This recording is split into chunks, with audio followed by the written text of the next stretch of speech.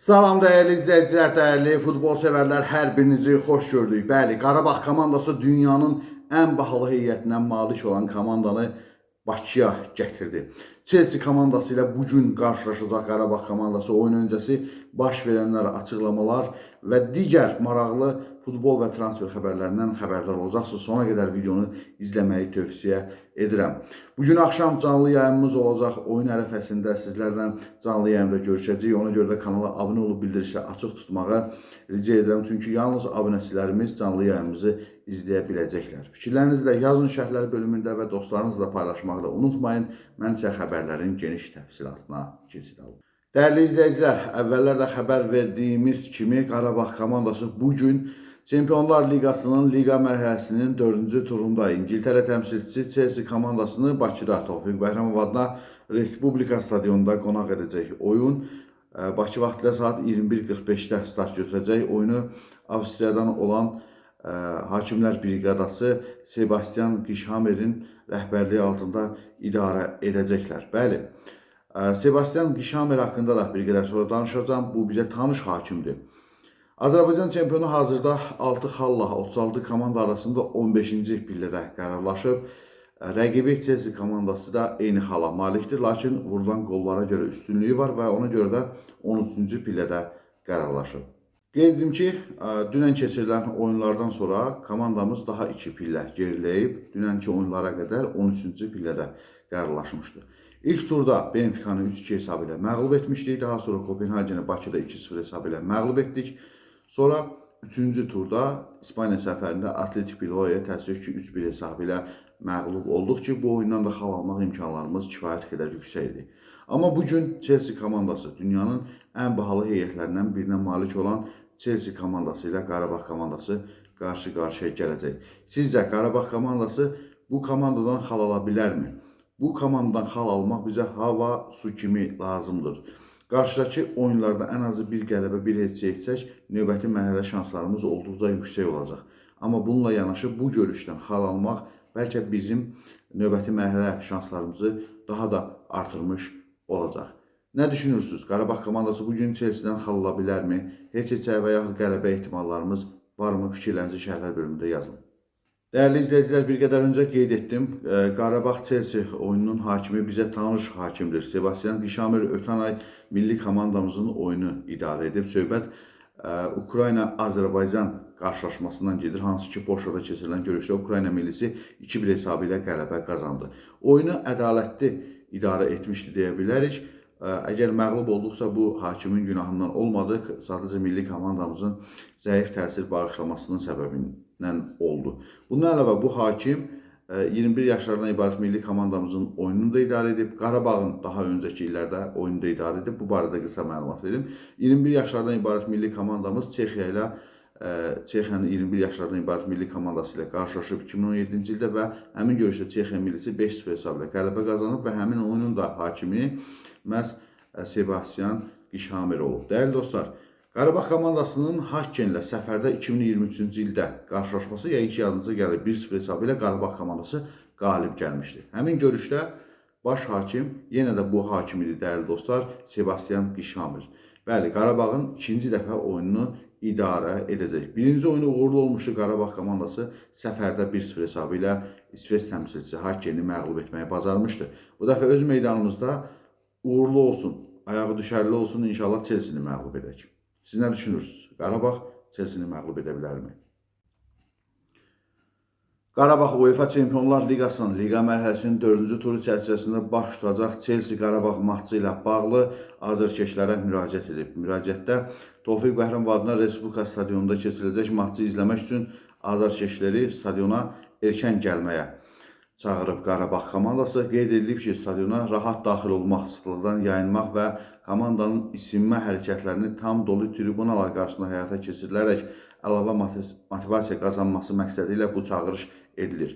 Oyun başlayandan 20 dəqiqə sonra stadiona girişin məhdudlaşdırılacağı bildirilir. Qapılar qarşılaşmaya 2 saat 30 dəqiqə qalmış açılacaq. Qeyd edilir ki, bugün Tofiq Bəhramov adına Respublika stadionunda keçiriləcək Qarabağ-Chelsea matçı saat 21:45-də start götürəcək. Bəli, stadiona daha tez gedək, komandamıza motivasiya verək, dəstək olaq, inşallah davamı da gələcək.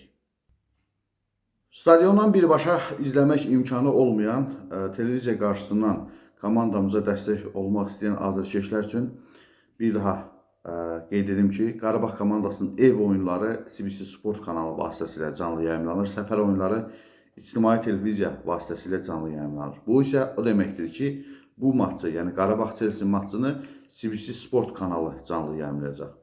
Maraqlı bir fakt da sizin nəzərinizə çatdırım ki, Qarabağ-Chelsea matçını həm də Türkiyəli şərhçi Ərtəm Şənər tərəfindən də şərh olunacaq. CBC Sport kanalı ilə danışıqlar müsbət yekunlaşıb. Ərtəm Şənər də artıq matçın şərhində iştirak edəcək. Bu barədə məlumat da sizin nəzərinizə çatdırdım. Bu arada onu da nəzərinizə çatdırdım ki, bugün Azərbaycan televiziyalarında başqa oyunlar da canlı yayımlanacaq. Çempionlar Liqasından məhz Manchester City Borussia Dortmund oyunu CBC Sport kanalı vasitəsilə gecə saat 12-də canlı yayımlanacaq dəyərli dostlar. İctimai televiziya isə Ajax Galatasaray maçını canlı yayımlayacaq. TRT1 kanalı da həmçinin Ajax Galatasaray maçını canlı yayımlayacaq. Bunu da sizin nəzərinizə çatdırmış olduq. Qarabağ-Chelsea maçından sonra Manchester City maçını izləmək istəyənlər CBC Sportu, Ajax Galatasaray maçını izləmək istəyənlər isə İctimai televiziyanı izləyə bilərlər. Qarabağın baş məşqçisi Qurban Qurbanov UEFA Çempionlar Liqasının liqa mərhələsinin 4-cü turunda Chelsea ilə oyun öncəsi BBC kanalına açıqlama verib. Təcrübəli mütəxəssis əvvəlcə klublar arasındakı səviyyə fərqinə toxunub. Təəssüf ki, biz indiyə qədər İngiltərə klublarını məğlub edə bilməmişik. Çünki Premier Liqa dünyanın ən yüksək səviyyəli, ən güclü liqasıdır. Chelsea-ni Bakıda qəbul etmək bizim üçün yaxşı nailiyyətdir və bu kiçik futbol ölkəsinin inkişafına kömək edəcək. Qarabağ 2017-2018 mövsümündə də Chelsea ilə üz-üzə gəlib. Zədəcanlar Çempionlar Liqasının qrup mərhələsinin Londondakı maçında 6-0 hesabı ilə, Bakıdakı görüşdə isə 4-0 hesabı ilə qələbə qazanıb. Qurban Qurbanov o vaxtdan indiyə qədər çox şeyin dəyişdiyini, ancaq hələ də klublar arasında böyük fərq olduğunu bildirib. Qarabağ o vaxtdan indiyədək çox inkişaf edib. Bununla belə klublar arasında fərq hələ də çox böyükdür. Biz ayaq üstə durmağı, futbolumuzu oynamağı, mübarizə aparmağı və azərkeşlərimiz üçün gözəl oyun göstərməyi bacarmalıyıq. İstənilən hesabla qələbə bizim üçün yaxşı olardı. BBC klubların büdcələri arasında olan kəskin fərqi də qabardıb. Qarabağın büdcəsinin təqribən 24 milyon avro, Chelsea-nin isə bu rəqəmin 1 milyard 140 milyon olduğunu qeyd edib. Qurban Qurbanov isə işini mövcud büdcəyə uyğun qurduğunu bildirib. Mən heç vaxt büdcəyə diqqət yetirməmişəm, sadəcə buna uyğunlaşmağa çalışmışam. Məqsədlərimizə çatmaq üçün əlimizdən gələni etməliyik. Hər oyun çətin olacaq, buna hazır olmalıyıq. Chelsea-nin mərkəz müdafiəçisi Trevo Çalova Qarabağ barəsində danışarkən deyib, o bildirib ki, Qarabağ böyük nailiyyət qazanıb. Əgər onlar Çempionlar Liqasına vəsiqə qazanırlarsa, bu böyük nailiyyətdir. Deməli, onlar buraya layiq olmaq üçün çox çalışırlar. Qeyd edək ki, Qarabağ-Chelsea oyunu bugün başlayacaq. Həmçinin baş məşqçi, Chelsea komandasının baş məşqçisi də Mareskada məhz Qarabağ haqqında, Qurban Qurbanov haqqında xoş sözlər sərf edib. O bildirib ki, bir baş məşqçinin 17 il bir komandada uğurlu fəaliyyət göstərməsi görünməz hadisədir.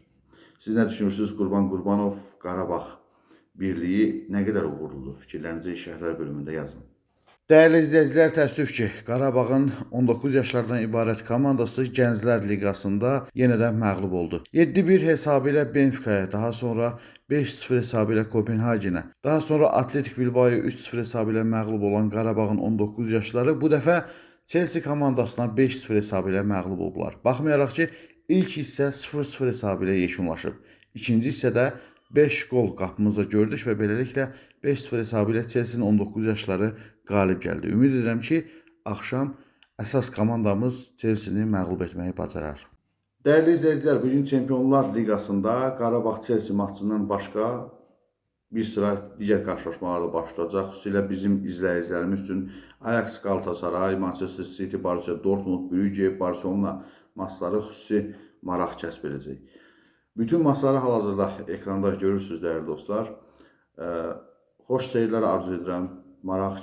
Sizin üçün maraq kəsb edən maçları izləyə bilərsiniz. Bu sizə çatdıracağım sonuncu xəbərdir. Növbəti videoda görüşmək ümidi ilə indilik sizinlə sağollaşıram. Axşam canlı yayımda görüşərək kanala abunə olsanız bildirişləri açıq tutasınız. Ekranda gördüyünüz videolardan birini seçib izləməyi tövsiyə edirəm. Hələlik.